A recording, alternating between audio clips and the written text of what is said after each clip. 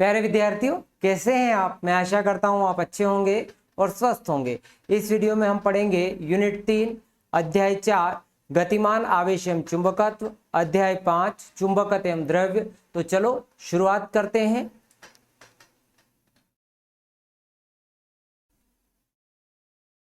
Today's target, इस video में हम पढ़ेंगे यूनिट 3 से संबंधित आईएमपी ऑब्जेक्टिव और आईएमपी क्वेश्चन जो कि परीक्षा में आ सकते हैं। तो चलो शुरू करते हैं। एमसीक्यू, सबसे पहला प्रश्न है, धारा के चुंबकीय प्रभाव की खोज किसने की थी? पहला ऑप्शन फैराडे ने, दूसरा एम्पियर ने, तीसरा फ्लेमिंग ने, चौथा ओरस्टेड ने। तो प्यारे विद्यार्थियों, धारा के चुंबकीय प्रभाव की खोज ओरस्टेड ने की थी। तो ये हो गया आपका उत्तर ऑप्शन 4। अगले प्रश्न पर आते हैं। अगला प्रश्न है, एक गतिमान आवेश उत्पन्न करता है। पहला ऑप्शन है केवल विद्युत क्षेत्र, दूसरा केवल चुंबकीय क्षेत्र, तीसरा विद्युत क्षेत्र तथा चुंबकीय क्षेत्र दोनों, चौथा न विद्युत क्षेत्र और न चुंबकीय क्षेत्र। तो प्यारे विद्यार्थियों, ओरस्टेड ने कहा था कि अगर किसी चालक में धारा प्रवाहित हो रही है, इस प्रकार से आई धारा प्रवाहित हो रही है, तो चालक के चारों ओर विद्युत क्षेत्र के साथ साथ चुंबकीय क्षेत्र भी उत्पन्न होता है। ठीक है, तो यानी कि एक गतिमान आवेश विद्युत क्षेत्र तथा चुंबकीय क्षेत्र दोनों उत्पन्न करता है। हाँ, यह कहा जाए कि अगर एक स्थिर आवेश हो, अगर स्थिर आवेश के बारे में पूछे कि एक स्थिर आवेश उत्पन्न करता है, तो एक स्थिर आवेश केवल विद्युत क्षेत्र उत्पन्न करता है और गतिमान आवेश विद्युत क्षेत्र और चुंबकीय क्षेत्र दोनों उत्पन्न करता है। पक्का कर लेना, यह बहुत इंपॉर्टेंट क्वेश्चन है। अगले प्रश्न पर आते हैं। किसी बाह्य चुंबकीय क्षेत्र बी में एल लंबाई के धारावाही चालक पर चुंबकीय बल एफ को इस प्रकार व्यक्त किया जाता है। प्यारे विद्यार्थियों, याद कीजिए कि मान लो ये एक समान चुंबकीय क्षेत्र है। इस एक समान चुंबकीय क्षेत्र में एक चालक है जिसमें धारा आई प्रवाहित हो रही है। तो इस चालक पर जो लगने वाला बल है F is equal to ILB sine theta. L लंबाई का चालक है, ये हमने पढ़ा है, ये लोरेंज बल है। यानी कि अगर इसको मैं सदिश रूप में लिखूं तो F बराबर I L क्रॉस B, ऐसा लिखा जा सकता है। ऑप्शन, क्या ऐसा कोई ऑप्शन आपको दिखाई दे रहा है इन तीनों के अंदर? तो पहला ऑप्शन नहीं है भैया, दूसरा नहीं है, हाँ तीसरा वाला ऑप्शन हमारा सही हो गया। तो किसी बाह्य चुंबकीय क्षेत्र में बी में एल लंबाई के धारावाही चुंबकीय बल एफ को इस प्रकार व्यक्त किया जाता है, एफ बराबर IL क्रॉस बी या फिर एफ बराबर ILB साइन थीटा। ध्यान रखिएगा, बहुत महत्वपूर्ण। अगले प्रश्न पर आते हैं। चुंबकीय क्षेत्र की तीव्रता का मात्रक है। बच्चा, अभी मैंने आपको जो बताया, क्या बताया? एफ बराबर ILB साइन थीटा, है ना। अब हमें किसके लिए सूत्र चाहिए? चुंबकीय क्षेत्र की तीव्रता का SI मात्रक चाहिए। वैसे यहाँ 4 ऑप्शन है। पहला ऑप्शन न्यूटन प्रति मीटर, दूसरा गाउस या ओरस्टेड, तीसरा न्यूटन प्रति एम्पियर मीटर और चौथा वेबर पर मीटर स्क्वायर।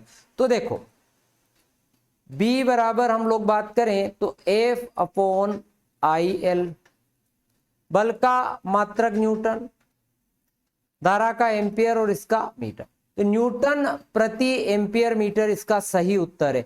पर क्या गाउस या ओरस्टेड इसका मात्रक है चुंबकीय क्षेत्र की तीव्रता का? तो बच्चा, ये मात्रक है चुंबकीय क्षेत्र की तीव्रता का, पर ये CGS मात्रक है।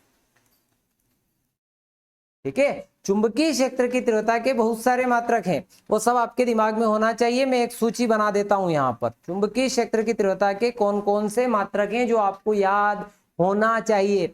जिसमें नंबर 1 चुंबकीय क्षेत्र की तीव्रता का मात्रक टेस्ला, टकला याद रख लेना। नंबर 2 न्यूटन प्रति एम्पियर मीटर। नंबर 3 इसका जो CGS मात्रक है जिसे अपन बोलते हैं गाउस। ठीक, number 4 weber per metre square. ये कैसे आया? तो आपको याद होना चाहिए flux, phi is equal to B है। फाई चुंबकीय फ्लक्स का मात्रक होता है बेटा वेबर, तो B is equal to phi upon A, यानी कि वेबर पर मीटर स्क्वायर कैसे आया? तो ये 4 मात्रक हो गए। कौन कौन से हो गए? रट्टा मार लो, ठीक है। नंबर 1 टेस्ला, नंबर 2 न्यूटन प्रति एम्पियर मीटर, सीजीएस मात्रक gauss, number 4 weber per metre square. एक संबंध और याद कर लेना, मैं स्टार बना के लिख देता हूं यहीं पर। 1 टेस्ला बराबर 10⁴ गाउस, ठीक है, ये जरूर याद कर लेना। तो चुंबकीय क्षेत्र की तीव्रता का मात्रक मैंने लिखा यहां पर न्यूटन प्रति एम्पियर मीटर, और अन्य मात्रक भी बताए। मैंने कहा ना कि मैं आपको हर प्रश्न से संबंधित और ऑब्जेक्टिव भी बताते जाता हूं, तो ताकि वो प्रश्न भी आपके क्लियर हो जाए। अगले प्रश्न पर आते हैं बच्चा। प्रश्न है धारावाही वृत्तीय कुंडली के केंद्र पर चुंबकीय क्षेत्र कुंडली के तल में, कुंडली के तल के लंबवत, कुंडली के तल से 45 डिग्री पर, कुंडली के तल से 60 डिग्री पर। बेटा ये डिग्री है, यहां पर ये टाइपिंग मिस्टेक है, तो बच्चा समझना क्या बोला। धारावाही वृत्तीय कुंडली, चलो एक वृत्ताकार कुंडली हम बना लेते हैं।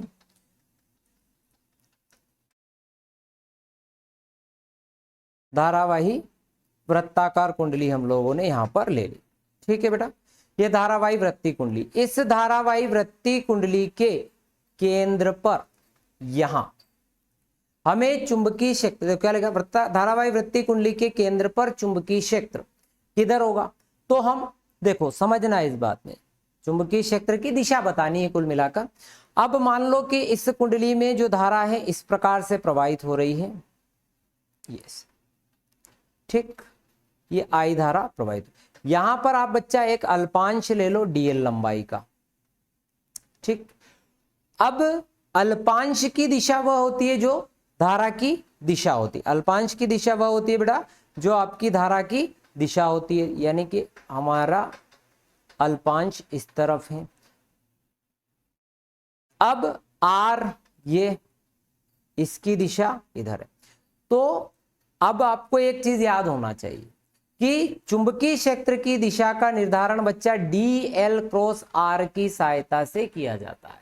बायो सावर्ट के नियम में आपने पढ़ा होगा कि दिशा कैसे निकालना है, तो डीएल क्रॉस आर से निकाल, और आपने क्रॉस प्रोडक्ट पढ़ रखा है। क्रॉस गुणा कहता है कि मान लो ये आपका सदिश ए है और ये सदिश बी है, दाएं हाथ के नियम से पता लगाया जा सकता है। तो बच्चा ये सदिश ए सदिश बी, तो जो दिशा होगी वो इसके क्या होती है, लंबवत होती है। सदिश की जो दिशा होती है ए क्रॉस बी में उसके ठीक लंबवत होती है। इसी टाइप से जो डीएल क्रॉस आर है इसकी दिशा भी इनके क्या होगी, लंबवत होगी। तो अर्थात बच्चा यहां देखेंगे अगर, तो ये और ये एक दूसरे के साथ कितना कोण बना रहे, 90 डिग्री का। अर्थात इसके लंबवत, जैसे ये वृत्ताकार कुंडली है तो इस वृत्ताकार कुंडली के ठीक लंबवत ऊपर की ओर इस प्रकार से ओर होगी, यानी कुंडली के तल के लंबवत, ध्यान रखना, ठीक है। हमें यह पता चला धारावाही वृत्तीय कुंडली पर केंद्र पर चुंबकीय क्षेत्र की दिशा सदैव क्या होती है, लंबवत होती है। ये हमें कैसे पता चला, डीएल क्रॉस आर से हम दिशा निर्धारित करते हैं। तो चुंबकीय क्षेत्र की दिशा किधर होगी बच्चा, कुंडली के तल के लंबवत। अगले प्रश्न पर आते हैं। एम्पियर का परिपति नियम है, तो ये तो पक्के से सभी को याद रहता है कि भाई बीडीएल बराबर म्यू नॉट आई, यानी कि चुंबकीय क्षेत्र का रेखीय समाकलन उसमें प्रवाहित धारा का म्यू नॉट गुना होता है। बेटा आप लोगों को समझ आ रहा होगा, ये आपका परिपति नियम होता है, जिससे सूत्र डायरेक्ट भी दे देते कई बार ऑब्जेक्टिव में, जैसे मैंने लिया। अगले प्रश्न पर आते हैं। किसी परिपथ में धारा का मापन करने के लिए लगाते हैं वोल्टमीटर, धारामापी, अमीटर और गैल्वेनोमीटर। देखो ये धारामापी और गैल्वेनोमीटर एक ही चीज है बेटा, है ना, ये अलग अलग नहीं है। और धारामापी क्या बताता है बेटा, ये भी ध्यान होना चाहिए ना, धारामापी या फिर गैल्वेनोमीटर एक ही है, दो नाम दिए हुए हैं बट एक ही है। तो धारामापी या गैल्वेनोमीटर धारा की उपस्थिति को बताते हैं। प्रेजेंस ऑफ करंट बताते हैं या फिर डायरेक्शन ऑफ करंट बताते हैं। आपने लैब में देखा होगा भैया, ये गैल्वेनोमीटर होता है, यहाँ 0 होता है, इधर कुछ नंबर इधर कुछ नंबर, अगर धारा की दिशा बदल दो तो आपकी नीडल एक तरफ जाएगी, फिर उसमें बैटरी के टर्मिनल बदल दो, धारा की दिशा बदल दो, दूसरी तरफ जाने लग जाएगी। तो धारा मापी बताता है बेटा धारा की उपस्थिति को। ठीक, अब हमें क्या बताना है, धारा का मापन करना है, मेजरमेंट करना है। तो बच्चा धारा का मापन होता है अमीटर की सहायता से। धारा का मापन कौन करता है बेटा, अमीटर। अब किसी परिपथ में विभव का मापन करता है, तो ये तो हम पढ़ चुके हैं कि धारा मापी जो है गैल्वेनोमीटर जो है क्या पता लगाता है, धारा की उपस्थिति पता लगाता है। अमीटर अभी हाल हमने पढ़ा, अमीटर क्या मापता है, धारा को मापता है। तो बचा कौन, वोल्ट मीटर। तो वोल्ट मीटर क्या मापेगा बेटा, विभव को। तो वोल्ट मीटर की सहायता से क्या मापा जाता है, तो वोल्ट मीटर की सहायता से विभव को मापा जाता है। बहुत सरल है। अगले प्रश्न पर आते हैं बेटा। एक अनंत लंबाई के सीधे तार में 20 एम्पियर की धारा प्रवाहित हो रही है। अनंत लंबाई का एक तार है और उस तार में 20 एम्पियर की धारा प्रवाहित हो रही है। तार से 10 सेंटीमीटर दूर चुंबकीय क्षेत्र की तीव्रता होगी। हमारे पास क्या क्या है, एक तो धारा है 20 एम्पियर की भैया, और क्या है, आर 10 सेंटीमीटर दूर। सेंटीमीटर को मीटर में बदलना आता है हमको, 10 की घात -2 का गुणा कर दो भैया, तो क्या हो गया 10 की घात -1 मीटर। प्यारे विद्यार्थियों, सूत्र क्या है, इसका सूत्र है चुंबकीय क्षेत्र अनंत लंबाई के तार के लिए तो μ0/4π 2I/r, ये लगा दो, अभी उत्तर आ जाए। ऐसे प्रश्न कई बार 2-2 नंबर में भी आए हैं, मैंने यहाँ ऑब्जेक्टिव में जरूर ले रखा है, पर कई बार ये 2 नंबर में भी आ जाता है। तो μ0/4π का मान हो गया बेटा 10 की घात -7। ठीक है, ये μ0 क्या है, तो ये μ0 आपकी क्या होती है, चुंबकनशीलता होती है। 2 गुणित I कितना 20, R कितना बेटा 10 की घात -1। प्यारे बच्चों, ये हो गया 20 दूनी 40। अब 10 की घात -7 है ही सही, इस 10 की घात 1 को ऊपर ले लिया, टोटल कितना हो गया 4 गुणित 10 की घात -7, 1 0 ये +1 कितना हो गया 4 गुणित 10 की घात -5 तकला। ये तीसरे वाला ऑप्शन सही हो गया। कितना सरल सवाल था। आ जाए भाई 1 नंबर में आ जाए, 2 नंबर में आ जाए, आपका मन हो उतने नंबर में दे दो। हमें तो सूत्र याद है कि अनंत लंबाई के चालक के लिए क्या होता है, B = μ0/2I/r। देखो बोर्ड में बहुत सरल सवाल आते हैं, घबराने की जरूरत नहीं है। ऐसे प्रश्न आएंगे, केवल उसमें आपको वैल्यू पुट करना रहेगी, वैल्यू पुट करते से आंसर आ जाते हैं। अगले प्रश्न पर आते हैं। एम द्रव्यमान का कण जिस आवेश क्यों है, जिसका आवेश क्यों है ना, ये यहां पर जिसका, तो एम द्रव्यमान का कण जिसका आवेश क्यों है एक समान चुंबकीय क्षेत्र बी के लंबवत v वेग से प्रविष्ट होता है, इसके पथ की त्रिज्या होगी। प्यारे विद्यार्थियों, है ना, चुंबकीय क्षेत्र में ये लंबवत प्रवेश करता है, तो हमें ये इस प्रकार से वृत्ताकार वाला हम पढ़ चुके हैं इसमें ना। जब भी कोई आवेश चुंबकीय क्षेत्र में v वेग से उसके लंबवत प्रवेश करता है, तो उसका जो पथ होता है, मार्ग होता है, वो वृत्ताकार होता है। तो बच्चा, अब वृत्तीय मार्ग पे चलने के लिए अभिकेंद्रीय बल की जरूरत होती है, mv²/r। और इस पर जो बल लग रहा है ना, चुंबकीय क्षेत्र में घूमने के लिए जो चल रहा है आवेश, तो इसके कारण इस पर जो बल लग रहा है वो क्या हो जाएगा, लोरेंज बल, F = qvb। चूंकि लंबवत है तो sin 90 का मान 1, तो क्या आ गया mv² r = qvb। बच्चा इस v से इस v को काट दो, r चाहिए तो इधर ले आओ, तो mv/qb। तो ऑप्शन 4 बच्चा आपका करेक्ट हो गया। ये भी बहुत सरल था। अभी एक प्रश्न जिसका इसी से बिल्कुल इसी सूत्र से रिलेट कर रहा है, देखो क्या कह रहा है, यदि आवेशित कण का वेग 2 गुना कर दो, वेग क्या नहीं, v को डबल करने की कह रहा है, तो चलो एक नया v जिसको हमने 2v बोल दिया, है ना। और क्या बोला, चुंबकीय क्षेत्र यानी b को आधा करना है, कर दिया भैया। तो आवेश का मार्ग अर्थात पथ की त्रिज्या हो जाएगी।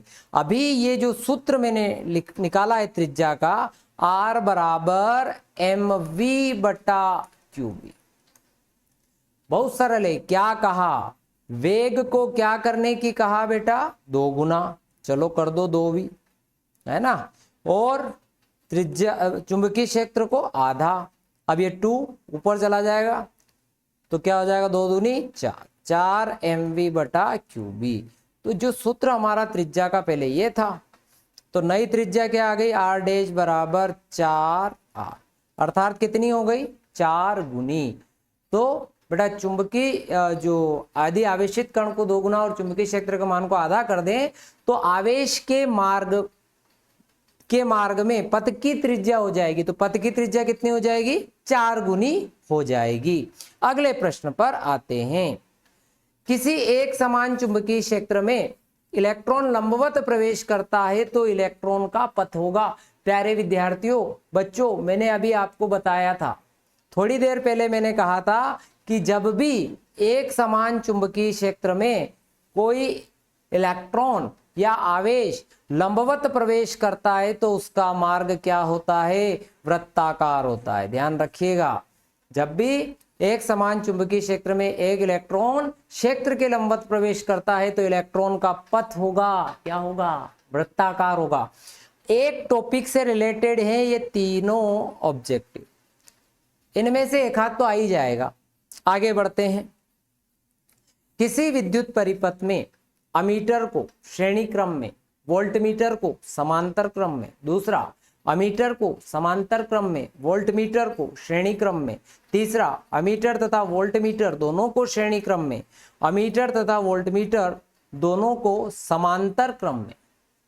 बच्चा ध्यान रखना, अमीटर को हमेशा परिपथ के साथ श्रेणी क्रम में और वोल्टमीटर को हमेशा समांतर क्रम में जोड़ा जाता है। कंफ्यूजन क्यों हो जाता है, कंफ्यूजन बच्चों इसलिए हो जाता है कि आप एक प्रश्न पढ़ते हैं, बहुत फेमस उत्तर है कि धारा मापी को अमीटर में और धारा मापी को वोल्टमीटर में कैसे परिवर्तित करते हैं। तो बच्चे बड़े अच्छे से रट्टा मारते हैं कि धारा मापी के साथ समांतर क्रम में शंट जोड़ा जाता है। तो अब जब समांतर क्रम में शंट जोड़ने से अमीटर बनता है, समांतर क्रम में शंट जोड़ने से अमीटर बनता है, तो वो रट गया समांतर क्रम, तो हमारे दिमाग में अमीटर दिखते से ही समांतर क्रम हो जाता है। धारा मापी से अमीटर बनाने के लिए समांतर क्रम में शंट जोड़ते हैं। अमीटर को तो परिपथ में श्रेणी क्रम में ही जोड़ना है और वोल्टमीटर को समांतर क्रम में जोड़ना है। कितना बढ़िया, ध्यान रहेगा। अमीटर को हमेशा श्रेणी क्रम में और वोल्टमीटर को समांतर क्रम में जोड़ा जाता है। आगे बढ़ते हैं। प्रतिचुंबकीय पदार्थ चुंबक द्वारा दुर्बल आकर्षक होते हैं, चुंबक द्वारा प्रबल आकर्षण होते हैं, चुंबक द्वारा दुर्बल प्रतिकर्षण होते हैं और चुंबक द्वारा प्रबल प्रतिकर्षण होते हैं। तो प्रतिचुंबकीय, अनुचुंबकीय और लोह चुंबकीय पदार्थों को परीक्षा में पढ़कर जरूर जाना, इनमें से कुछ ना कुछ पूछा जरूर जाएगा। तो बच्चा प्रतिचुंबकीय पदार्थ, अब प्रतिचुंबकीय पदार्थ ऐसे पदार्थ होते हैं, ठीक है, जिनको अगर किसी चुंबकीय क्षेत्र में रखा जाए तो वहां पर वो हल्का सा प्रतिकर्षण बल लगाते हैं। अब नाम से याद कैसे रखोगे बेटा, प्रति से प्रतिकर्षण, ठीक है। तो चुंबक द्वारा दुर्बल प्रतिकर्षण होता है, तो प्रतिचुंबकीय पदार्थ चुंबक द्वारा दुर्बल प्रतिकर्षण होता है। आगे एक शब्द और एक वाक्य में उत्तर दीजिए। म्यू नॉट एप्सिलॉन नॉट का मान होता है बेटा, बहुत सरल है, 2 नंबर में या 1 नंबर में भी पूछा जा सकता है। तो इसको देखते हैं। म्यू नॉट को हम लिखा, मान लो म्यू नॉट बाय 4 पाई। अब मैंने 4 पाई से यहां पर क्या किया, मल्टीप्लाई किया और डिवाइड किया। तो म्यू नॉट बाई 4 पाई इसका जो मान होता है बेटा वो आप लोगों को पता होना चाहिए, 10 की घात -7 होता है। और 4 पाई एप्सिलॉन नॉट का मान 9 गुणित 10 की घात 9, 1/9 गुणित 10 की घात 9। एक काम करते हैं बेटा, इसको ऐसा करते हैं, नीचे ले लेते हैं। तो 10 की घात 9 और +7 नीचे आ गया, तो क्या हो गया ये √1/9 गुणित 10 की घात 16। बाहर आएगा तो क्या हो जाएगा 1/3 गुणित 10 की घात 8। 1/3 गुणित 10 की घात 8 पता है ना क्या होता है? प्रकाश का वेग होता है। तो जो म्यू नॉट एप्सिलॉन नॉट का जो मान आपसे पूछा तो वो तो हो गया 1/3 गुणित 10 की घात 8 मीटर प्रति सेकेंड, या फिर प्रकाश का वेग होता है, प्रकाश की चाल होती है ना। आगे बढ़ते हैं बेटा। चुंबकीय आघूर्ण का मात्रक होता है, एक डेरिवेशन आपने पढ़ा होगा चुंबकीय आघूर्ण के लिए, टाउ बराबर NIAB साइन थीटा। प्यारे विद्यार्थियों, ये जो IA है इसमें यही चुंबकीय आघूर्ण है, ठीक है। तो एक और व्यंजक ऐसा भी होगा, आपने पढ़ा होगा, इसकी जगह M लिख दो तो ये MB साइन थीटा। चुंबकीय आघूर्ण को हम M से लिखते हैं, तो M बराबर हो गया IA। I क्या है बेटा? धारा, धारा का एम्पियर, A इसमें क्या होता है? क्षेत्रफल, एम्पियर मीटर वर्ग। इसकी विमा पूछ ले या विमीय सूत्र पूछ ले बेटा, तो एम्पियर का A, लंबाई का L, तो AL²। कितना सरल। अगले प्रश्न पर आते हैं। चुंबकीय प्रवृत्ति का मान कम परंतु धनात्मक होता है। ऐसे कौन से पदार्थ हैं जिनकी चुंबकीय प्रवृत्ति का मान कम परंतु धनात्मक होता है? तो ऐसा जो पदार्थ है वो है आपका अनुचुंबकीय पदार्थ।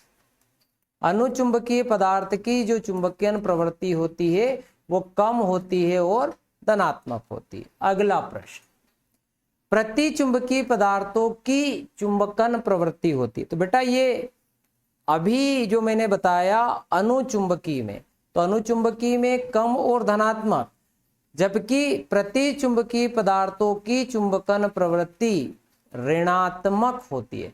तो प्रतिचुंबकीय पदार्थों की चुंबकन प्रवृत्ति बच्चों क्या होती है? ऋणात्मक होती है। अगला प्रश्न, अनुचुंबकीय पदार्थ के चुंबकन पर ताप का क्या प्रभाव पड़ता है? क्यूरी के अनुसार जो चुंबकनशीलता है ना, चुंबकन प्रवृत्ति है, माफी चाहता हूं, चुंबकन प्रवृत्ति है, उनके ताप के व्युत्क्रमानुपाती होती है। अर्थात ताप बढ़ाने पर उसका चुंबकत्व घटेगा। ताप बढ़ाने पर, ताप बढ़ाने पर चुंबकत्व घटेगा। उल्टा बोलूं, ताप घटाने पर चुंबकत्व बढ़ेगा। दोनों बातें याद रहना चाहिए। ये किसका नियम है? क्यूरी का। क्यूरी ने क्या कहा था? तो चुंबकन प्रवृत्ति जो होती है उसके परम ताप के व्युत्क्रमानुपाती होती है। चुंबकन प्रवृत्ति परम ताप के व्युत्क्रमानुपाती होती है। ये भी रट जाना चाहिए आपको, क्योंकि बहुत सारी चीजें जो अंदर क्वेश्चन में लिखने में भी काम आएगी, इसीलिए आपको यहाँ मैं बताते जा रहा हूँ, ठीक है।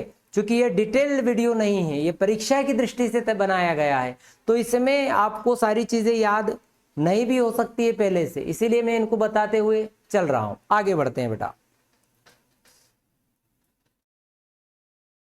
एक, क्या अकेला चुंबकीय ध्रुव प्राप्त करना संभव है? मान लो आपके पास एक बार मैग्नेट है, इस बार मैग्नेट को मैं कटर लेकर आया, मैंने कहा काटूं यहां से, वो एक अकेला मिल जाएगा क्या? तो होता ये है कि जैसे ही हम उसको कट करते हैं ये वाला पोल एस बन जाता है। फिर हमारा मन हुआ कि चलो यार छोटा टुकड़ा करें, उसका हो जाएगा, तो फिर उसमें ये एन बन गया। तो बच्चा ये संभव नहीं है। क्या अकेला चुंबकीय ध्रुव प्राप्त करना संभव है? तो नहीं, ठीक है। जैसे जैसे जब जब आप उसको कट करते जाएंगे, टुकड़े करते जाएंगे, वो अपने आप में एक पूर्ण चुंबक बनते जाएगा। आगे जोड़ी मिलाते हैं, देखें देखें, जोड़ियां तो आसमान में बनती हैं, पर हम यहां मिलाते हैं, हम यहां बनाते हैं। चलो बच्चा, पहला प्रतिचुंबकीय पदार्थ।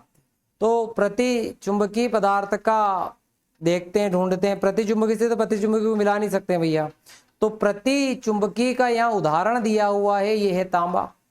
अनुचुंबकीय पदार्थ, इसका उदाहरण यहाँ दिया हुआ है एल्यूमिनियम। चुंबकीय प्रवृत्ति ऋणात्मक होती है, मैंने बता दिया, थोड़ी देर पहले आया था। प्रतिचुंबकीय पदार्थ की चुंबकीय प्रवृत्ति धनात्मक होती है, ये भी पहले आया था, धनात्मक और कम होती है अनुचुंबकीय पदार्थ की। लोरेंज बल F बराबर QEB, परीक्षा में भी आ सकता है बेटा 2 नंबर में। लोरेंज बल, लोरेंज बल परीक्षा में आ सकता है 2 अंक में। तो क्या लिखेंगे, गतिमान आवेश पर लगने वाले बल को लोरेंज बल कहते हैं, इतना लिख के आ जाना। या फिर ऐसे लिखना कि किसी चालक में कोई आवेश Q वेग v से गतिमान है तो उस पर लगने वाला बल F बराबर QVB sin। ठीक है, तो गतिमान आवेश पे लगने वाले बल को लोरेंज बल कहते हैं, तो F बराबर QEB। धारावाही परिनलिका के अंदर चुंबकीय क्षेत्र म्यू नॉट NI, एम्पियर के परिपति नियम की सहायता से व्यंजक अपन ने पढ़ा है, म्यू नॉट NI वाला। अब लोह चुंबकीय पदार्थ की प्रवृत्ति होती बेटा धनात्मक और बहुत अधिक। देखो याद रखना एक बात, लोह चुंबकीय पदार्थों में ज्यादातर गुणधर्म वैसे ही होते हैं जैसे अनुचुंबकीय पदार्थों में होते हैं। लोह चुंबकीय पदार्थों में ज्यादातर गुणधर्म वैसे ही होते हैं जैसे अनुचुंबकीय पदार्थों में होते हैं। ठीक है बेटा, समझ में आया होगा। ये हो गई हमारी मेल मिलाप, सही जोड़ी। चलो बच्चा आगे बढ़ाते हैं। बायो-सेवर्ट का नियम लिखिए तथा इसका व्यंजक ज्ञात कीजिए, ऐसा प्रश्न आ सकता है। ठीक है, इंपॉर्टेंट प्रश्न है। तो इसको समझने के लिए बच्चा हम एक काम करते हैं कि हमने यहां पर एक चालक लिया, ये एक चालक लिया बेटा, इस चालक में धारा I आपकी प्रवाहित हो रही। एक चालक तार लिया हमने, इस चालक में धारा I प्रवाहित हो रही है। बेटा अब समझो कि यहां इस चालक पर हमने एक अल्पांश की कल्पना करनी, एक बहुत छोटे से टुकड़े की कल्पना करनी, एक छोटे से अवयव की कल्पना करनी है, बहुत छोटा। ठीक है, तो एक छोटा सा अवयव आपने यहां पर लिया बेटा, जिस अवयव को मान लो हम बोल रहे हैं डेल एल। ठीक, अब इस डेल एल के कारण ओरस्टेड साहब ने क्या कहा था कि किसी चालक में धारा प्रवाहित होती है तो उसके चारों ओर चुंबकीय क्षेत्र उत्पन्न हो जाता है, विद्युत क्षेत्र के साथ साथ चुंबकीय क्षेत्र उत्पन्न हो जाता है। तो बेटा ये जो डीएल है, इस डीएल की वजह से मैं इस बिंदु पर, यहां एक बिंदु P है, यहां पर चुंबकीय क्षेत्र पता लगाना चाहता हूं। ठीक है, बायो-सेवर्ट लॉ के अकॉर्डिंग आपको क्या लेना रहता है, एक अल्पांश लेना रहता है, एक छोटा अवयव लेना रहता है। उस छोटे अवयव के कारण एक बिंदु P लेना है और यहां हमें चुंबकीय क्षेत्र की तीव्रता का पता लगाना है। ठीक, एक आपको दाहिने हाथ का नियम, राइट हैंड रूल याद होना चाहिए। ये रूल ये कहता है कि जिस दिशा में धारा प्रवाहित हो रही है उस दिशा में आपका अंगूठा, जैसे धारा ऊपर की तरफ जा रही मार्कर की डायरेक्शन में, तो अंगूठा ऐसे। अब उंगलियां कहां जाएगी, तो उंगलियां बोर्ड के अंदर जा रही है, यहां से देखो कागज के तल के अंदर। तो जब कागज के तल के अंदर जाती है तो वहां आप बनाइएगा क्रॉस, चुंबकीय क्षेत्र जब अंदर की तरफ जाता है तो क्रॉस से। अब इसी चीज को एक बार और समझो कि यहां से कागज के तल के लंबवत ऐसे अंदर गया तो बाहर कैसे निकलेगा, ऐसे। तो जब बाहर चुंबकीय क्षेत्र निकलता है तो वहां आपको बनाना है ऐसे डॉट। तो बच्चा मैंने क्या कहा, ये है चालक तार, धारा ऊपर की तरफ जा रही है, कहां जा रहा है चुंबकीय क्षेत्र, कागज के तल के लंबवत अंदर की ओर। तो बेटा जब अंदर की तरफ जाते हैं तो हम यहाँ क्रॉस से इसको दर्शाते हैं। ठीक, यहां तक का मामला जमा कि नहीं जमा, कुछ नहीं किया भाई, एक चालक तार लिया, उसमें धारा I प्रवाहित हो रही थी, उस चालक पर हमने एक छोटा सा अल्पांश लिया डीएल लंबाई का। ठीक, ये वाला मामला हो गया।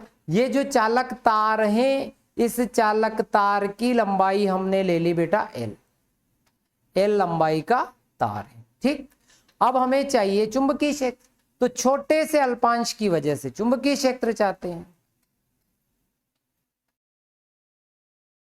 है ना। तो जो चुंबकीय क्षेत्र है अल्पांश dl के कारण चुंबकीय क्षेत्र उसमें प्रवाहित धारा के अनुक्रमानुपाती, चुंबकीय क्षेत्र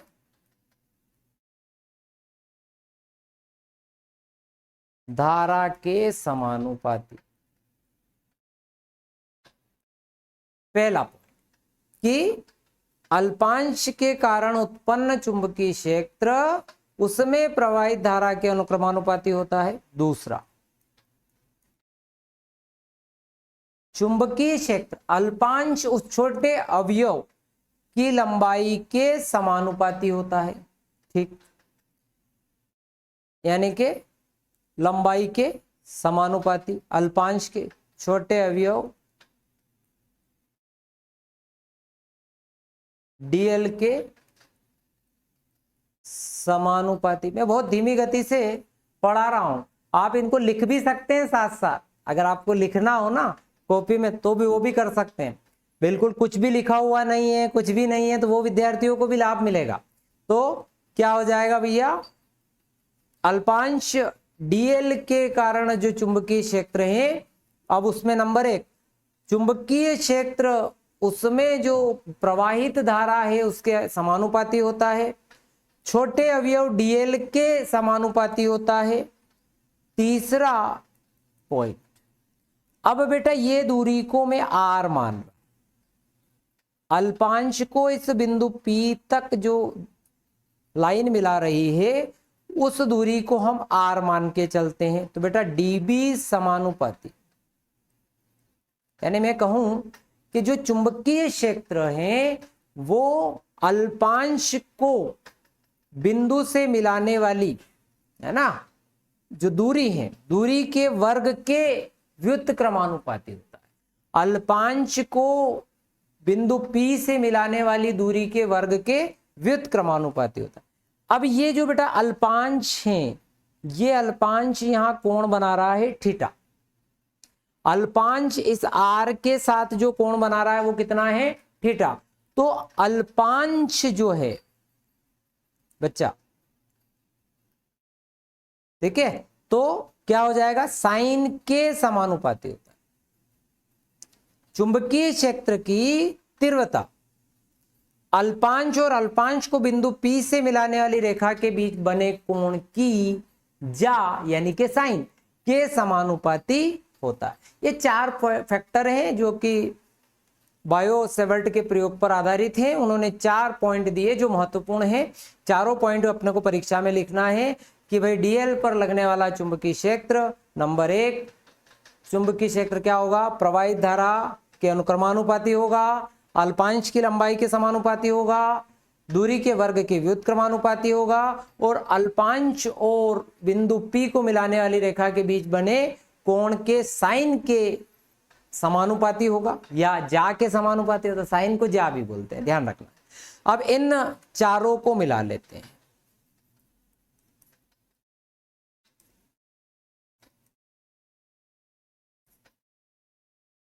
तो F समानुपाती dB समानुपाती IDL sine theta by r square.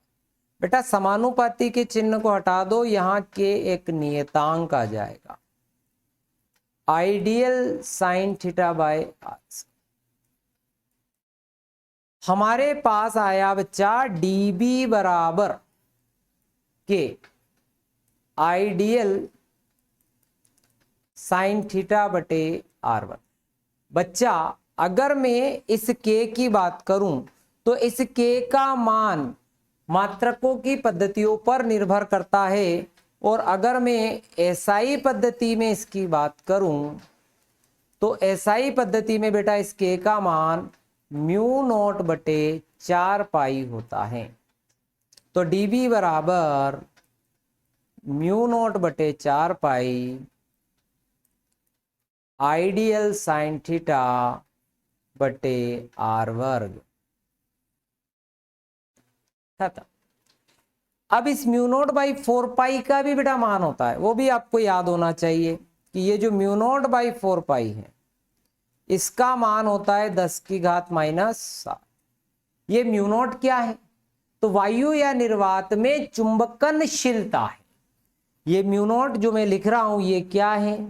तो वायु या निर्वात में चुंबकनशीलता।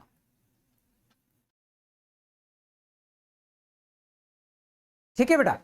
अब म्यू नॉट बाई 4 पाई का मान 10 की घात -7 है। इसकी मात्रक भी हम लोग देख लेते हैं।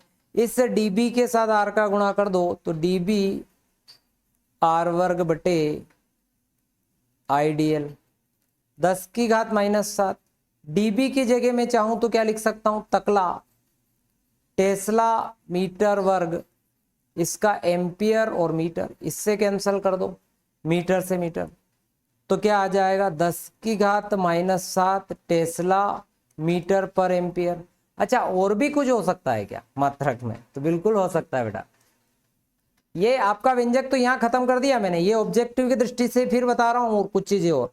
तो म्यू नॉट बाई 4 पाई 10 की घात -7 टेस्ला की जगह मैंने आपको बताया था न्यूटन प्रति एम्पियर मीटर, यानी ampere inverse metre inverse into metre. तो क्या हो जाएगा भैया? ये तो खत्म पिक्चर। तो न्यूटन एम्पियर इनवर्स 2, ये भी आ सकता है। तो इन चीजों को अपन को ध्यान देना। तो क्या हो गया भैया? बायो सावर्ट का नियम रिपीट करूं एक बार थोड़ा सा, कि भाई आपको करना कुछ नहीं है, बहुत सरल बात बता रहे हो। क्या करना है? एक अल्पांश लेना है, एक वायर लेना है, वायर में धारा ही प्रवाहित करना है।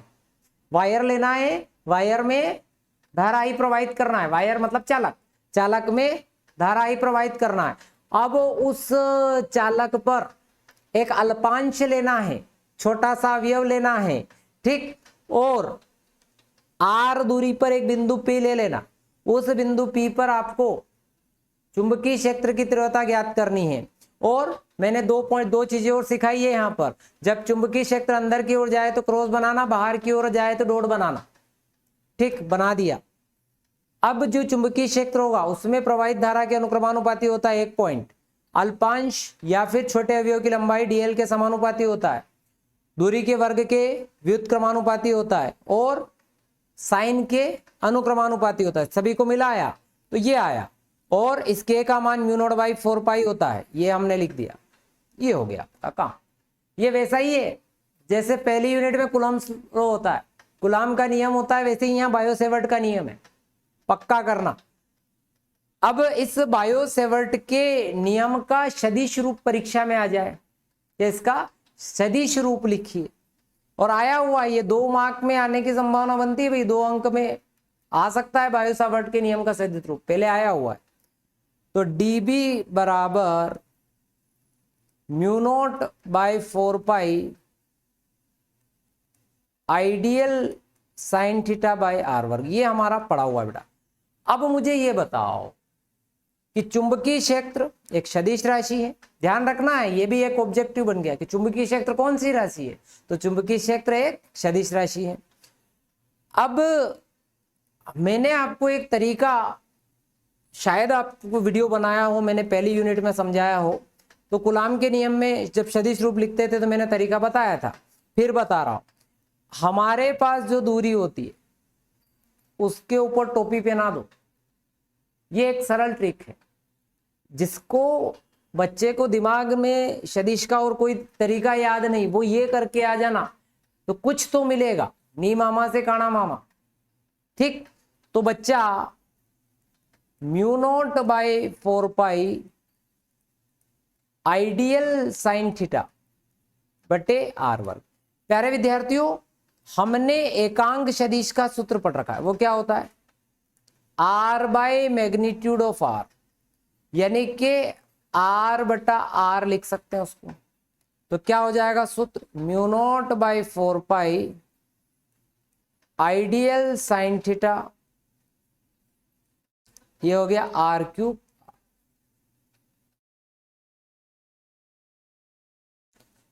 ये लिख दे। या हम ऐसा भी लिख सकते हैं कि म्यू नॉट बाई 4 पाई आई इसको लिखे डीएल क्रॉस ऑन आर, लिख सकते हैं। आगे बढ़ते हैं बेटा, बहुत इंपॉर्टेंट है, बायो सावर्ट का सदिश रूप आ सकता है। अगले प्रश्न पर आते हैं। धारावाही वृत्तीय कुंडली के केंद्र पर चुंबकीय क्षेत्र की तीव्रता का व्यंजक प्राप्त कीजिए। प्रश्न है, बायो सावर्ट किस नियम की सहायता से भी बोल सकता है, ठीक है। वैसे इसका एक व्यंजक है, अक्ष पर चुंबकीय क्षेत्र की तीव्रता ज्ञात कीजिए और फिर केंद्र पर कीजिए। तो हम केंद्र वाले को आईएमपी लेकर कर रहे हैं ना, क्योंकि बड़े प्रश्न अब आने नहीं लग गए हैं। पहले क्या होता था कि बड़े बड़े प्रश्न आते थे, पहले बड़े प्रश्न आते थे, 6 नंबर के आते थे, 5 के आते थे। तो लास्ट ईयर तो सिलेबस में चेंज हुआ, ब्लूप्रिंट में भी आपका चेंजेस हो गया, तब से 4 नंबर के आ रहे हैं। तो हमारा फोकस जो है छोटे प्रश्नों पर ज्यादा रहना चाहिए। अगर आपको बोर्ड में सक्सेस होना है तो उसका एक ही तरीका है, आप 1 और 2 अंक वाले प्रश्नों पर ज्यादा ध्यान दें, आपको बहुत ज्यादा सफलता मिलेगी छोटे प्रश्नों पर।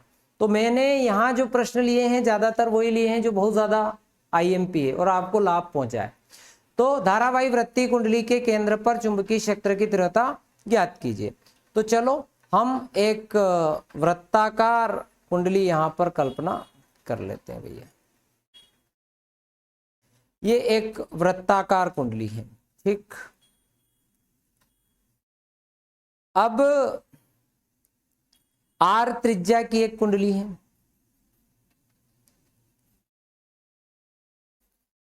आर त्रिज्या की एक कुंडली है। ऐसा देखो, कई बच्चे बोलते हैं मेरे से कक्षाओं में कि सर हम ये ऊपर हम ऐसा नहीं लिखे कि भाई माना कि आर त्रिज्या की कुंडली है, ये हमसे नहीं होता। काफी सरल है, ये भी आप कर सकते हैं। कैसे? देखो, हमने यहाँ हम जो प्रश्न में जो चीजें करते हैं वही हमको लिखनी होती है। हमने क्या किया, हमने लिया, हमें बोला था कि धारावाही वृत्तीय कुंडली के केंद्र पर निकालना है, तो हमने बोल दिया भैया हमारे पास एक धारावाही वृत्तीय कुंडली है, इस कुंडली में मान लो ये धारा आई प्रवाहित हो रही है, ये धारा आई इस कुंडली में प्रवाहित। बहुत बढ़िया। तो धारावाही वृत्तीय कुंडली के केंद्र पर चुंबकीय क्षेत्र की तीव्रता, तो हमें प्रश्न में जब दिया था कि धारावाही वृत्तीय कुंडली, तो हमने माना कि आर त्रिज्या की एक कुंडली है जिसके केंद्र पर हमें चुंबकीय क्षेत्र की तीव्रता ज्ञात करनी। बायो सावर्ट ने हमें क्या सिखाया? बायो सावर्ट ने हमें सिखाया कि आपको उस कुंडली पर एक अल्पांश, एक छोटे अवयव की कल्पना करनी है। हमें एक छोटा अवयव ढूंढना है। यहां ढूंढ ले क्या, ये भैया हमने एक छोटा अवयव डीएल ले लिया, यहां पर एक छोटा सा अवयव डीएल, ठीक, एक छोटा सा अवयव डीएल ले लिया। इसकी दिशा उधर ही हो गई जिधर आपकी धारा की दिशा हो, ठीक। अब आप ये देखें कि आर और ये डीएल के बीच में कितना कोण बनता है। तो इस कोण को आप देखें तो 90 डिग्री का कोण बन रहा है। ये छोटा सा अल्पांश है, ध्यान रखना बहुत छोटा है, छोटे से अल्पांश, और इस आर के बीच में कोण बन रहा है 90 डिग्री का, ठीक। तो बच्चा बायो सेवर्ट के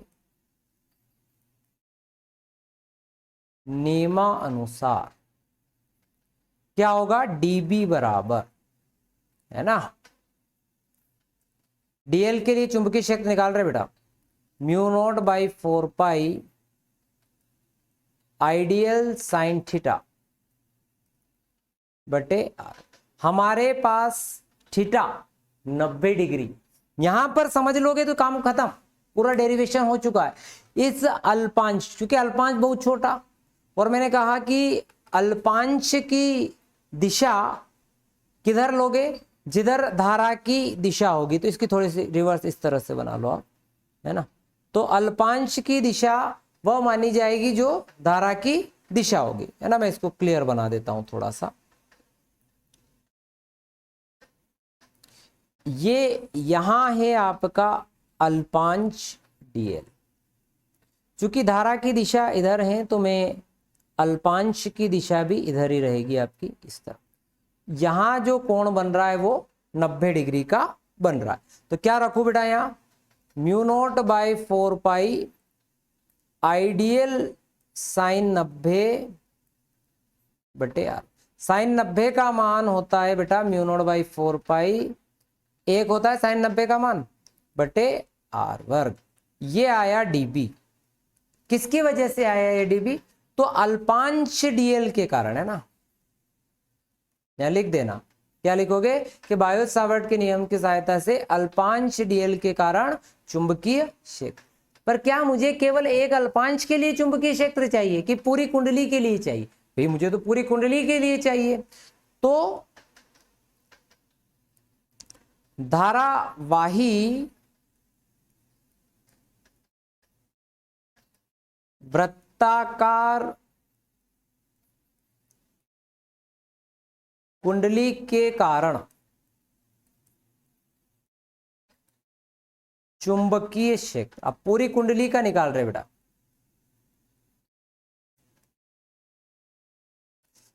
तो पूरी कुंडली का निकालेंगे तो सभी को जोड़ना पड़ेगा।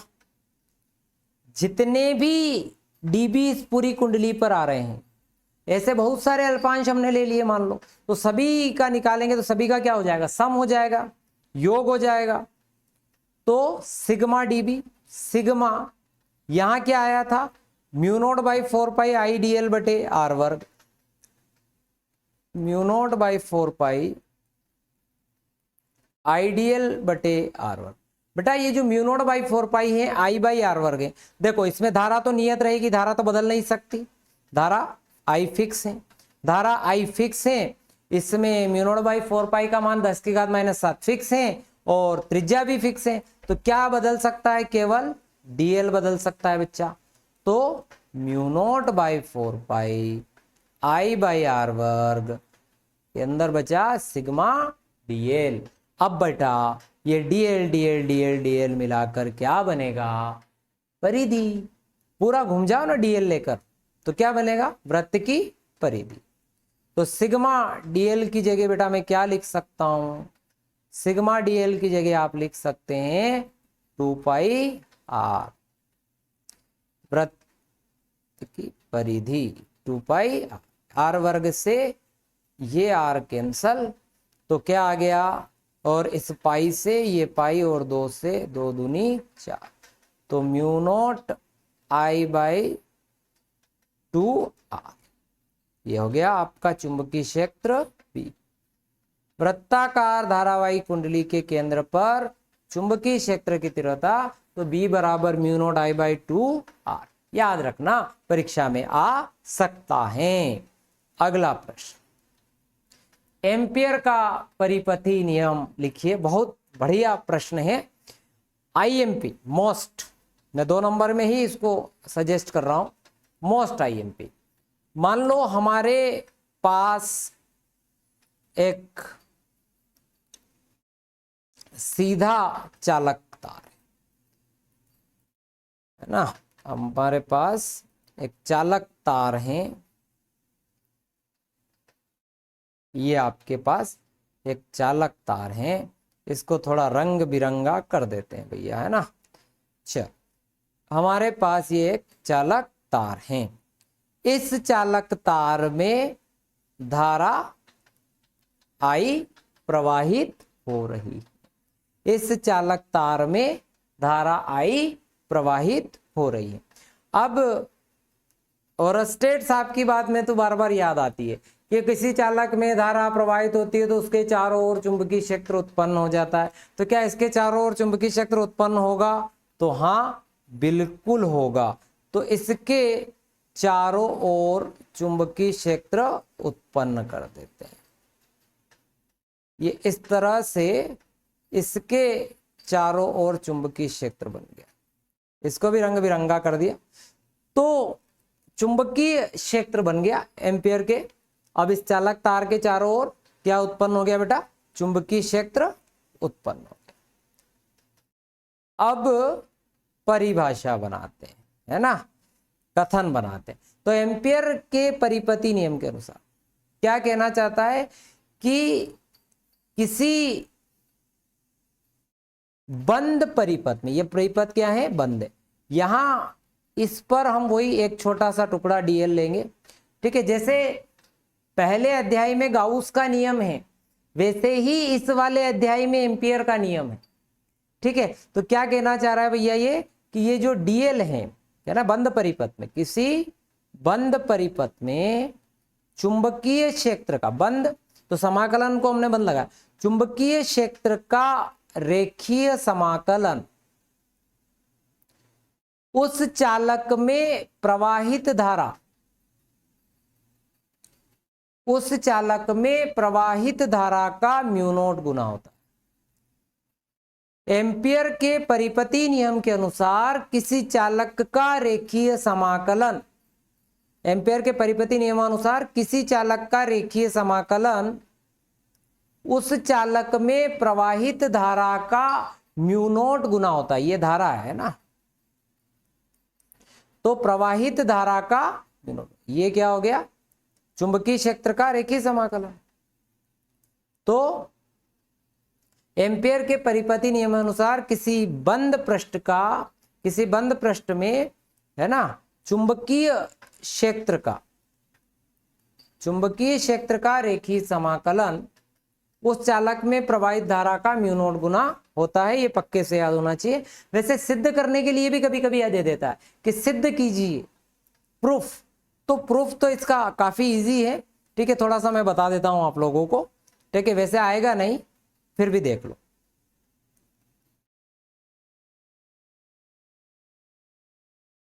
बच्चा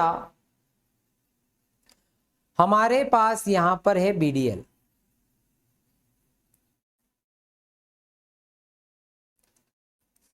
अब आप यहां ये एक चीज देखें, यहां देखें कि ये जो डीएल है चुंबकीय क्षेत्र, और इस चुंबकीय क्षेत्र जो अल्पांश दिया डीएल और चुंबकीय क्षेत्र की दिशा दोनों एक ही तरफ है।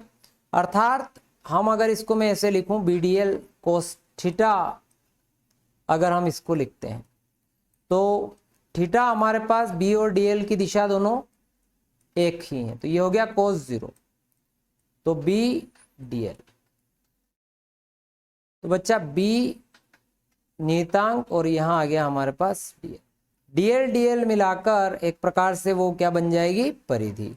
तो हम ये मान के चले कि परिधि हो गई हमारी 2πr, ये जो त्रिज्या है इसकी वो r। ठीक, ये एक कहानी हो गई। अब एक सीधे चालक के लिए जो चुंबकीय क्षेत्र होता है, अनंत लंबाई के सीधे तार के लिए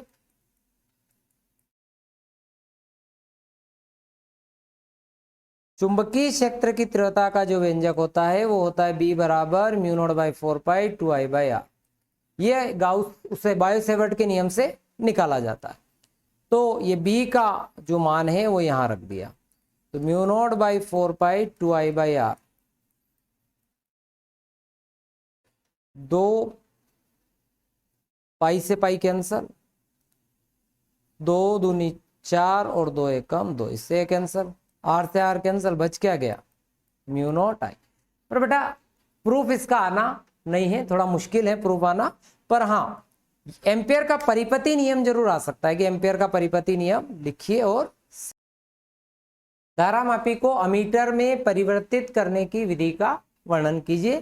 धारामापी को आप अमीटर में कैसे बदल सकते हैं, गैल्वेनोमीटर को आप अमीटर में कैसे बदल सकते हैं।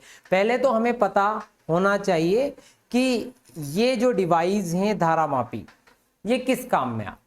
तो धारामापी का काम है धारा की उपस्थिति का पता लगाने। फिर है आपका अमीटर, ये किस काम में आता है, इसका काम है धारा को मापने में। ठीक, जब हम धारा को मापते हैं, ध्यान से सुनना मेरी बातों को, जब हम धारा को मापते हैं तो जो धारा है वो प्रतिरोध के कारण उसके मार्ग में रुकावट कम से कम आनी चाहिए। ठीक है, यानी कि अमीटर एक ऐसा डिवाइस बनाना चाहिए जिसमें प्रतिरोध जिसका कम से कम हो। तो ऐसा करने के लिए ये जो धारा मापी है बेटा, यहां मैं इसके प्रतिरोध को भी जी से दर्शाऊंगा और धारामापी को भी संकेत भी जी है। तो ये आपका धारामापी है। इसके साथ एक तार आप समांतर क्रम में जोड़ देंगे। अब वो तार कैसा होना चाहिए वो भी आपको पता होना चाहिए। तार होना चाहिए बेटा अल्प प्रतिरोध का। जब धारा मापी के साथ एक अल्प प्रतिरोध का तार जोड़ दिया जाए तो वो बन जाता है आपका अमीटर। बच्चा ये जो अल्प प्रतिरोध का तार है उसको कहते हैं हम शंट। परीक्षा में एक परिभाषा पूछी जा सकती है, शंट क्या है? तो शंट एक अल्प प्रतिरोध का तार होता है जिसे धारामापी के साथ समांतर क्रम में जोड़ा जाता है। शंट क्या है बेटा? शंट एक अल्प प्रतिरोध का तार होता है जिसे धारामापी के साथ समांतर क्रम में जोड़ा जाता है। प्यारे बच्चे, यहां पर यह है धारामापी और धारामापी के साथ हमने समांतर क्रम में शंट को जोड़ दिया। समांतर क्रम में क्यों जोड़ा? समांतर क्रम में जोड़ने से होगा ये कि जो परिणामी प्रतिरोध है वो आपका क्या हो जाएगा? घट जाएगा। धारामापी का परिणामी प्रतिरोध क्या हो जाएगा? घट जाएगा। ठीक, इसलिए हम इसको कैसे जोड़ते हैं? तो यहां से एक भाग गैल्वेनोमीटर में आ गया धारा का यहां पर जो एक भाग है शंट की तरफ चला गया, यानी I माइनस IG। तो बेटा इन दोनों सिरों पर ध्यान से समझना, इस सिरे A और इस सिरे B के बीच विभवांतर क्या हो गया? IG इंटू, और जब हम शंट से होकर गुजरते हैं और वहां विभवांतर देखते हैं तो धारा हो गई I माइनस IG और यहां प्रतिरोध क्या हो गया? ठीक, अब हमें शंट का सूत्र चाहिए तो IG टू G बटे I माइनस IG। अगर हमें पता लगानी है कि वैल्यू क्या हो शंट की तो वो वैल्यू इस सूत्र से पता लगाई जा सकती है। वापस से पूरी कहानी समझा रहा हूं, परीक्षा में कैसे लिखेंगे सर ये बताओ। ये तो सब हो गई आपकी कहानी। तो परीक्षा में ऐसे लिखिएगा बेटा कि धारा मापी के साथ समांतर क्रम में शंट, या उसके साथ ब्रैकेट में लिख दो, शंट अल्प प्रतिरोध का तार जोड़ा जाता है तो धारा मापी अमीटर में परिवर्तित हो जाता है। अब इसकी आपको रेंज यानी कि रेंज निर्धारित करना होती है, परिसर निर्धारित करना होता है 0 से I के बीच में। तो वो डिपेंड करेगा इस एस का जो सूत्र IG into I minus IG। तो पहली बात तो आप क्या लिखी आपने, कैसा लिखा कि धारा मापी के साथ समांतर क्रम में यदि शंट को जोड़ दिया जाए तो क्या बन जाता है? अमीटर। और बेटा उसमें आप क्या निकाल लेना कि अमीटर का प्रतिरोध है ना। अब प्रतिरोध निकालेंगे तो GS S प्लस G, तो बेटा R बराबर GS बटा S प्लस G। ठीक, और शंट का मान भी अगर आप निकालना चाहें तो इस सूत्र से निकाल सकते हैं। तो बेटा एक काम तो ये हो गया। दूसरा, अब इसमें परिपथ के साथ इसे कैसे जोड़ा जाता है? परीक्षा में प्रश्न आ जाए कि भाई अमीटर को परिपथ में कैसे जोड़ा जाता है, तो अमीटर को परिपथ में श्रेणी क्रम में जोड़ा जाता है। भैया श्रेणी क्रम में ही क्यों जोड़ा जाता है? तो आप समझे यहां पर हमने प्रतिरोध को कम कर दिया है, हमने यहां प्रतिरोध को बहुत कम कर दिया है। और प्रतिरोध अगर कम हो गया, ठीक है, अब अगर आप इसे समांतर क्रम में जोड़ देंगे तो और ज्यादा प्रतिरोध घट जाएगा और संकेतक क्षतिग्रस्त हो सकता है। इसीलिए उस प्रतिरोध को बढ़ाने के लिए फिर हम इसको कहां जोड़ते हैं? श्रेणी क्रम में। तो गलती से अगर आप समांतर क्रम में जोड़ देंगे तो क्या हो सकता है? तो ये हो सकता है कि भैया आपकी जो कुंडली है, कोइल है, वो जल सकती है, बर्न हो सकती है। और क्या हो सकता है? तो जो संकेतक है धारामापी का वो क्या हो सकता है? टूट सकता है। इसीलिए धारामापी को कहां जोड़ना है? श्रेणी क्रम में, कभी भी समांतर क्रम में नहीं जोड़ा जाता है। अच्छा, धारा मापी में ये जो साथ में आप शंट लगा रहे हैं, तो शंट जो है लगाने के पीछे का उद्देश्य ही यही है कि जो धारा मापी में कुंडली लगी उस कुंडली को जलने से बचाया जा सके, उस संकेत को क्षतिग्रस्त होने से बचाया जा सके। अगले प्रश्न पर, धारा मापी को वोल्टमीटर में किस प्रकार परिवर्तित किया जाता है? बेटा वोल्टमीटर का काम क्या है? विभवांतर नापना, V बराबर I। आपको एक बात बता दूं, वोल्टमीटर वो अच्छा माना जाता है जिसका प्रतिरोध अधिक से अधिक हो। जैसे कि हमने अमीटर में ये देखा अभी कि अमीटर उसको अच्छा माना जाता है जिसका प्रतिरोध कम से कम हो। अगर आपसे पूछे कि भैया बताओ आदर्श अमीटर का प्रतिरोध, तो आप लिख के आइएगा 0। आदर्श अमीटर का प्रतिरोध क्या लिखना? 0।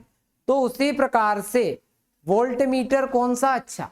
वो अच्छा जिसका प्रतिरोध ज्यादा, जितना ज्यादा प्रतिरोध ज्यादा है उतना ज्यादा अच्छा वोल्टमीटर माना जाता। तो इसीलिए धारा मापी से जब वोल्टमीटर बनाना है तो धारा मापी के साथ श्रेणी क्रम में उच्च प्रतिरोध का तार जोड़ा जाता है। धारा मापी के साथ श्रेणी क्रम में उच्च प्रतिरोध का तार जोड़ा जाता है। अब आपको तुल्य प्रतिरोध चाहिए, तो तुल्य प्रतिरोध हो जाएगा बेटा G+R। धारा मापी से वोल्टमीटर कैसे बदलेंगे? तो धारा मापी को वोल्टमीटर में परिवर्तित करने के लिए उसके साथ श्रेणी क्रम में उच्च प्रतिरोध का तार जोड़ दिया जाता है। बस मुख्य बात तो यही है। फिर तुल्य प्रतिरोध R बराबर यहां G+R। इसको हमेशा समांतर क्रम में जोड़ा जाता है। भाई श्रेणी क्रम में क्यों नहीं जोड़ा जाता? अगर आप इसे श्रेणी क्रम में जोड़ेंगे तो इसका प्रतिरोध ऑलरेडी अपन ने इसमें उच्च प्रतिरोध लगा दिया। जब आप इसे श्रेणी क्रम में जोड़ देंगे तो धारा प्रवाहित ही नहीं होगी, क्योंकि उसका प्रतिरोध बहुत ज्यादा हो जाएगा। इसीलिए इसको समांतर क्रम में जोड़कर उसके क्या करते हैं? प्रतिरोध को कम किया जाता है। तो एक प्रश्न ये भी आ सकता है कि भाई वोल्टमीटर को समांतर क्रम में ही जोड़ा जाता है, तो क्यों? क्योंकि अगर उसको आप यदि आप उसको श्रेणी क्रम में जोड़ते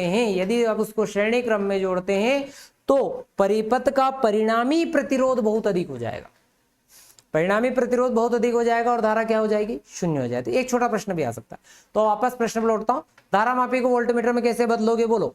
धारा मापी को वोल्टमीटर में बदलने के लिए उसके साथ श्रेणी क्रम में उच्च प्रतिरोध का तार जोड़ दिया जाता है।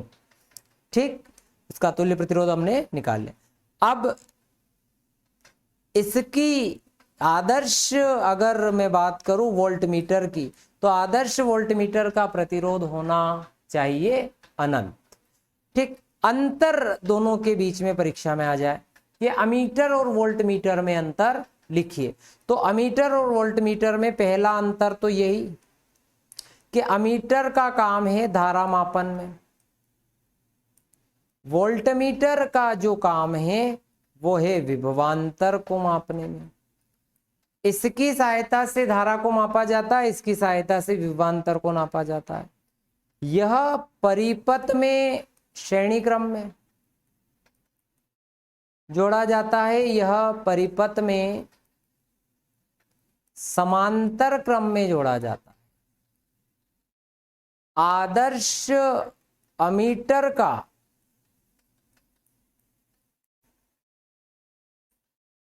प्रतिरोध 0 होता है,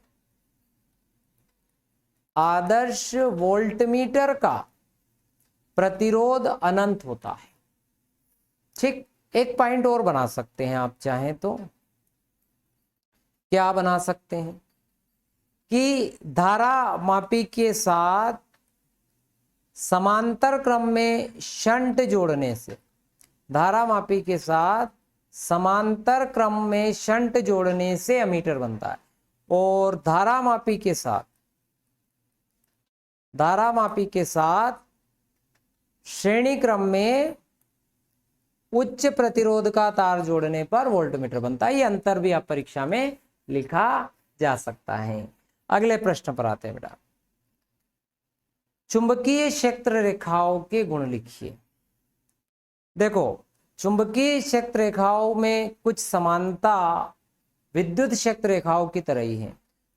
चुंबकीय क्षेत्र रेखाएं कभी भी एक दूसरे को नहीं काट, अगर काटेगी तो उनके कटान बिंदु पर जो दिशा होगी वो 2 या 2 से अधिक होगी।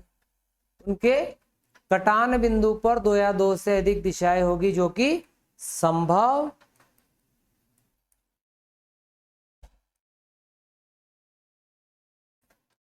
नहीं, जो कि संभव नहीं। और मान लो ये चुंबक है आपके पास N और S, अब चुंबकीय बल रखा है N से S की ओर, N से S की ओर जा रही है।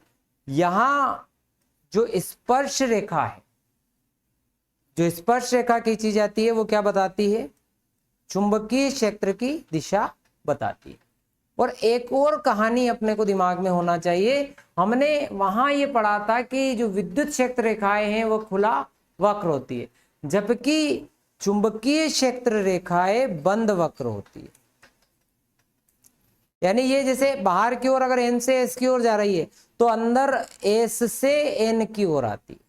तो चुंबकीय क्षेत्र रेखाएं बंद वक्र बनाती हैं। चुंबकीय क्षेत्र रेखाएं कभी एक दूसरे को नहीं काटती हैं। जहां चुंबकीय क्षेत्र रेखाएं अधिक पास पास होती है वहां पर चुंबकीय क्षेत्र प्रबल होता है, और जहां दूर दूर होती है वहां चुंबकीय क्षेत्र दुर्बल होता है। ठीक है बच्चों, तो ये चुंबकीय क्षेत्र रेखाओं के गुण थे। कुछ क्वेश्चन जो मैं अभी आपको, आप स्वयं कर लीजिएगा, मैं बता देता हूं। एक तो प्रतिचुंबकीय, अनुचुंबकीय और लोह चुंबकीय, ये जरूर करना। अब इसमें मैं आपको कुछ तो समझा ही देता हूं। प्रतिचुंबकीय, प्रतिचुंबकीय पदार्थ वे होते हैं जो चुंबकीय क्षेत्र में रखने पर हल्का प्रतिकर्षण बल लगाते हैं।